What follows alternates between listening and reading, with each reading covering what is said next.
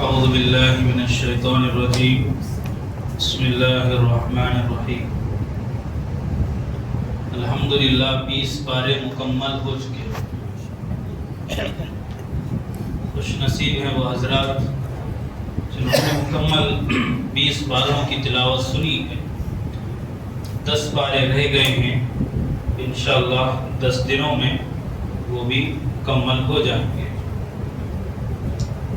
آج سورۃ القصص کی تلاوت کی گئی ہے اور سورۃ العنکبوت کی بھی ہوئی، اور اس سے پہلے سورۃ النمل کی بھی تلاوت ہوئی ہے. سورۃ القصص یہ مکی سورت ہے، یعنی ہجرت سے پہلے نازل ہوئی. اس کے اندر اللہ تعالیٰ نے موسیٰ علیہ السلام کا ایک لمبا تذکرہ فرمایا ہے. تقریباً 5 صفحوں میں حضرت موسیٰ علیہ السلام کا اللہ نے تذکرہ فرمایا. ویسے تو قرآن میں کئی جگہ پر حضرت موسیٰ علیہ السلام کا تذکرہ آیا. سورۃ الاعراف میں ہم نے پڑھ لیا، اس کے بعد پھر آگے بڑھتے ہوئے ہم نے 16ویں پارے میں حضرت موسیٰ علیہ السلام کے تذکرے کو پڑھا. پھر ابھی 19ویں پارے میں سورۃ الشعراء میں تذکرہ پڑھا. پھر اس سے پہلے سورہ طٰہٰ میں حضرت موسیٰ علیہ السلام کو تذکرہ ہوا. یعنی قرآن کے کئی مقامات پر حضرت موسیٰ علیہ السلام کا، فرعون کا اللہ نے تذکرہ فرمایا ہے. اب بار بار حضرت موسیٰ علیہ السلام کا تذکرہ کیوں کیا گیا؟ اس کے لیے ایک بات یہ کہی گئی ہے کہ حضرت موسیٰ علیہ السلام کی زندگی، آپ کی سیرت اور نبی اکرم صلی اللہ علیہ وسلم کی سیرت طیبہ دونوں تھوڑا ملتی جلتی ہے. تھوڑی جیسا حضرت موسیٰ علیہ السلام پر حالات آتے رہے، بلکہ ان کی پیدائش سے پہلے کے جو واقعات ہیں اس پر غور کریں کہ فرعون نے، پھر نجومیوں نے اس کو بتا دیا کہ بھئی تیری سلطنت میں ایک بچہ پیدا ہوگا جس سے تیری سلطنت کو خطرہ ہے. تو موسیٰ علیہ السلام کے پیدا ہونے سے پہلے ہی سمجھ لیجیے فرعون کا ظالم دور شروع ہوا. وہ بچوں کو ذبح کرنے لگا، زندہ جو بھی بچہ پیدا ہوتا اس کو ذبح کرتا. وہ اس طرح کے حالات تھے. اور ہم نبی اکرم صلی اللہ علیہ وسلم کی ولادت سے پہلے کے حالات دیکھیں مکہ مکرمہ کے کیا تھے کہ وہاں پر جو بھی بچی پیدا ہوتی تھی، مطلب اگر لڑکی پیدا ہوئی تو اس کو زندہ دفن کر دیا جاتا تھا. عجیب اس طرح کے حالات اور جاہلیت کا دورہ تھا. اور اس کے بعد حضور پاک صلی اللہ علیہ وسلم کو جیسے کفار مکہ کا سامنا کرنا پڑا، نبوت کے بعد جیسا تکلیفوں کا سامنا کرنا پڑا، ہم دیکھتے ہیں حضرت موسیٰ علیہ السلام کے تعلق سے بھی کہ الگ الگ مرحلوں سے ان کو گزارنا پڑا. سب سے پہلے تو یہ ہے کہ موسیٰ علیہ السلام کی پرورش فرعون کے گھر میں ہوئی. وہ پورا ایک واقعہ ہے جو اللہ نے یہاں پر بیان فرمایا. پھر کیسے موسیٰ علیہ السلام کے ذریعے سے ایک آدمی کا انتقال، مطلب ایک آدمی کو مکہ مار دیا، وہ ختم ہو گیا. پھر موسیٰ علیہ السلام وہاں سے مدین کی طرف چلے گئے، پھر وہاں پر کئی سال رہے، پھر وہاں پر مصر کو آئے. یہ پورا ایک سلسلہ چلتا رہا. اسی طرح ہم حضور کی سیرت کو دیکھیں تو ایسی ہی ملتی جلتی ہم کو سیرت نظر آتی ہے. تو اسی لیے اللہ تعالیٰ نے بار بار حضرت موسیٰ علیہ السلام کا تذکرہ کر کے حضور پاک صلی اللہ علیہ وسلم کو تسلی دینے کا سامان پیدا کر دیا. وہ تسلی دینے کے لیے بار بار تذکرہ ہوا. اب موسیٰ علیہ السلام کے جیسے نبی اکرم صلی اللہ علیہ وسلم کی سیرت میں بے شمار ہم کو عبرت کی چیزیں، نصیحت کی چیزیں، اسوہ کی چیزیں ملتی ہیں، اسی طرح ہر نبی کی زندگی سے ہم کو بہت ساری اچھی چیزیں ہمیں زندگی میں لانے کے لیے ہم کو ایک آئیڈیا ملتا ہے. اسی طرح حضرت موسیٰ علیہ السلام کی زندگی سے بھی بے شمار نصیحت کی چیزیں اور بے شمار وہ کام جو ہمیں کرنے چاہیے وہ معلوم ہوتے ہیں. یہ واقعہ ہے حضرت موسیٰ علیہ السلام جب مصر سے مدین کی طرف گئے ہیں تو وہاں پر کوئی پرسان حال کا نہیں تھا، کوئی جاننے والا ان کا گویا کہ نہیں تھا. وہاں پر کسی سے دوستی وہاں پر نہیں تھی. ایک طرف جا کر بیٹھ گئے، ایک کنویں کے قریب جھاڑ تھا، جھاڑ کے نیچے چھاؤں میں بیٹھ گئے، اللہ سے دعا کرنے لگے کہ، اور اس سے پہلے کی بات جا کے نیچے بیٹھے تو دیکھا کنویں کے پاس لوگ آ رہے ہیں اور اپنے مویشیوں کو، اپنے جانوروں کو پانی پلا رہے ہیں، لے جا رہے ہیں. لیکن ایک طرف دو لڑکیاں کھڑی ہیں، وہ پانی نہیں پلا رہے اپنی بکریوں کو، تو ان کو تھوڑا سا وہ ہوا کہ بھئی یہ کیا مسئلہ ہے ان کا، یہاں بھی لگتا ہے جس کی لاٹھی اس کی بھینس کا مسئلہ ہو یہاں پر، اس لیے جا کر معلوم کیا۔ انبیاء کی عادت ہوتی ہے جو کوئی پریشان حال ہوتا ہے اس سے جا کر معلوم کرتے ہیں بھئی کیا مسئلہ ہے، تو جا کر معلوم کیا کیا مسئلہ ہے بھئی، کیوں یہاں پر آپ لوگ کھڑی ہیں؟ تو یہ بات معلوم ہوئی کہ اگر کوئی پریشان حال ہے تو اس کی پریشانی کو پوچھا جا سکتا ہے بھئی تمہاری حاجت کیا، ضرورت کیا۔ تو وہ جو لڑکیاں تھی وہ شرماتی ہوئی کہنے لگی کہ بھئی یہ مسئلہ ہے کہ یہاں پر لوگ آتے ہیں اپنی مویشوں کو پانی پلاتے ہیں، جب تک تمام لوگ ختم نہیں ہوتے ہم نہیں پلا سکتے، ہم لوگوں کی بھیڑ میں جا کر اپنی بکریوں کو نہیں پلا سکتے، اور ہم گھر سے باہر اس لیے نکلی ہیں، ہماری مجبوری یہ ہے کہ ہمارے والد صاحب بوڑھے ہیں، وہ نہیں آ سکتے بکریوں کو لے کے، اس لیے ہم آ گئے، تو یہ ہماری مجبوری ہے، یہ مسئلہ ہے۔ تو پھر یہ سننا تھا، تو پھر وہ انبیاء کرام کی جو عادت ہوتی ہے ہر ایک کی مدد کرنا، تو فوراً گئے کنویں کے اوپر سے وہ ڈھکن ہٹایا اور پانی پلایا ان کی بکریوں کو اور ان کو بھیج دیا۔ اب یہ جو دو لڑکیاں اپنے گھر پر آ کر پہنچی ہیں تو والد صاحب نے پوچھا بھئی ہر دن تم تو شام کے وقت آتی تھی، آج اچانک بہت جلدی تم آ گئی، کیا مسئلہ ہے؟ تو انہوں نے سارا واقعہ بیان کیا، بھئی ایک آدمی ایسا تھا کہ اس نے ہماری مدد کی اور ہم کو پانی پلایا تو ہم فوراً واپس آ گئے۔ تو پھر اب وہ جو آدمی کون تھے آتا ہے، مفسرین لکھتے ہیں کہ حضرت شعیب علیہ السلام تھے، اور بعض کہتے ہیں دوسرے تھے، ہمیں اس سے کوئی مطلب نہیں ہے، واقعہ کیا ہے اس کو دیکھنا۔ تو پھر والد صاحب نے ان دونوں لڑکیوں کے والد نے کہا کہ بھئی اتنا اچھا آدمی تھا، اس کو لے آتے ساتھ میں، ہم اس کی کچھ مدد کرتے۔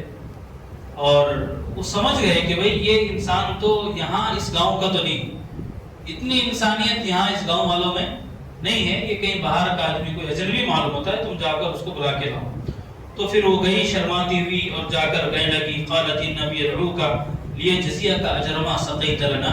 یہ جو واقعہ میں بیان کر رہا ہوں اس سے کچھ اہم ہمیں ایک سبق ملتا ہے، ایک میسج ملتا ہے، وہ اس کو سمجھنے کی کوشش کریں۔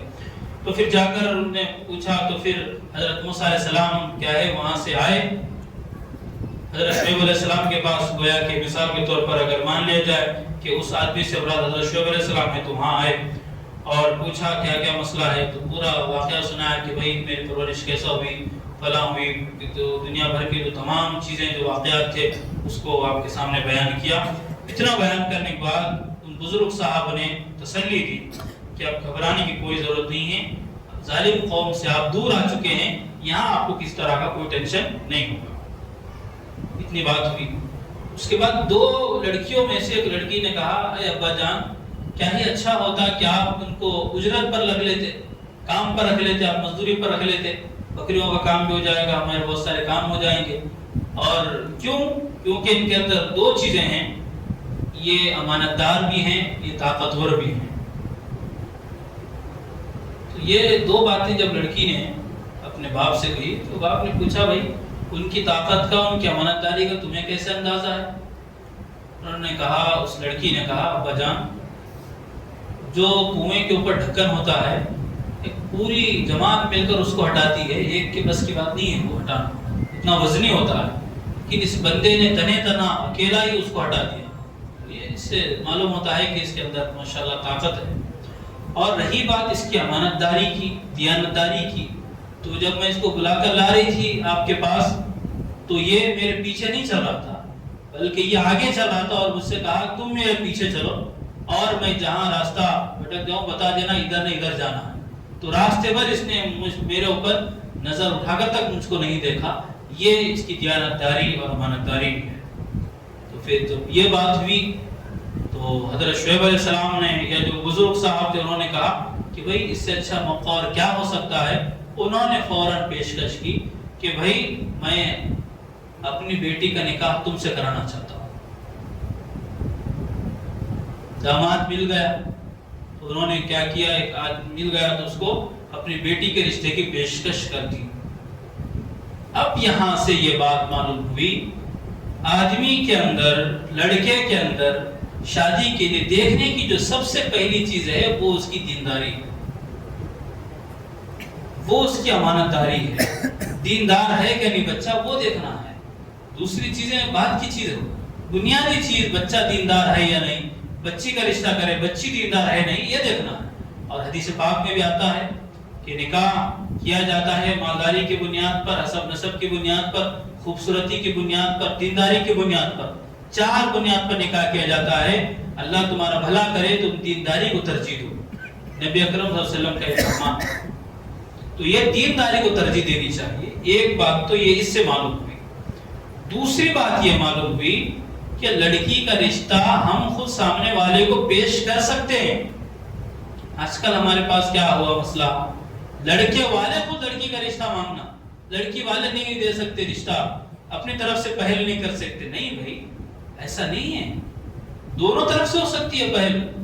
لڑکی کی طرف سے پہل ہونا یہ قرآن مجید سے ہم کو معلوم ہو رہا ہے.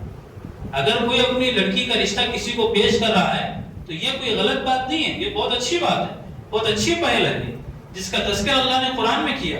اگر اتنی اچھی چیز نہیں ہوتی تو اس کا تذکرہ یہاں پر نہیں ہوتا. تو یہ بات ہم ذہن میں رکھیں. عام طور سے جو ایک مزاج بنا ہوا ہے کہ بھئی لڑکوں کی طرف سے پوچھا جائے, بھئی ہم کہیں کو پوچھے, ان کو ضرورت رہتی تو نہ پوچھتے, ایک ایگو آ جاتا نا, ہے کچھ نہیں, خامخواہ کا ایگو. کیا ہے 4 دن میں مر جائیں گے, کوئی پوچھنے والا تک نہیں ہوگا. ایسے کیا کریں گے بھائی, ایسے تکبر سے, ایسے ایگو سے, خامخواہ کی گھمنڈی سے کیا کریں گے؟ یہ دنیا ہے, سیدھا سیدھا زندگی گزارنا ہے, چلے جانا ہے اللہ کے پاس. 4 دن کی دنیا ہے, یہاں بھی اس طرح کے نخرے کرنے لگے, دنیا بھر کی چیزیں کرنے لگے, تو یہ مناسب چیز نہیں ہے. تو دوسری بات تو یہ اس سے معلوم ہوئی.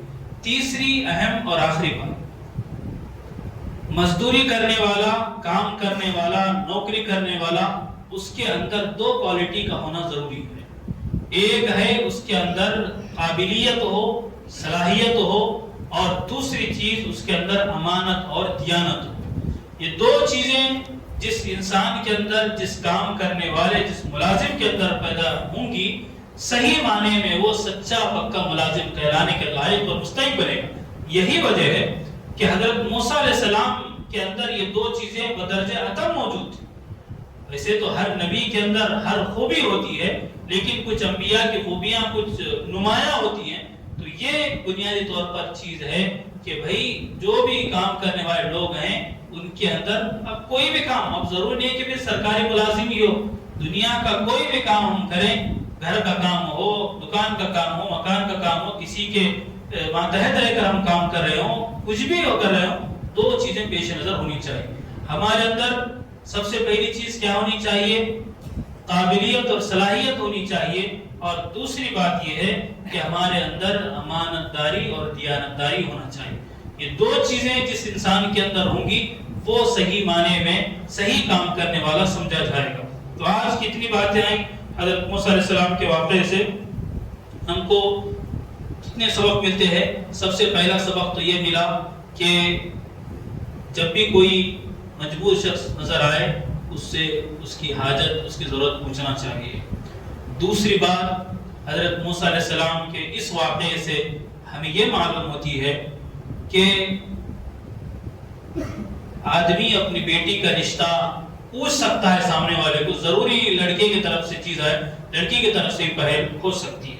تیسری چیز موسیٰ علیہ السلام کے اس واقعے سے ہمیں یہ معلوم ہوئی, ہم جو بھی کام کریں, جس بھی عہدے پر ہم رہیں, تو پہلے تو ہم اس عہدے کے لائق ہونا چاہیے, اس کام کے لائق ہم ہونا چاہیے, ہمیں ہونا چاہیے, اس کام کرنے کی ہمارے اندر صلاحیت ہونا چاہیے, قابلیت ہونی چاہیے.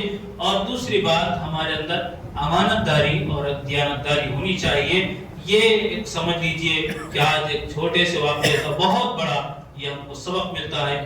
اللہ تعالیٰ سے دعا ہے اللہ تعالیٰ ہمیں امانت دار بھی بنائیں, دیانت دار بھی بنائیں اور ایماندار بنائیں, اور سب سے بڑھ کر اللہ ہمیں باصلاحیت بنائیں.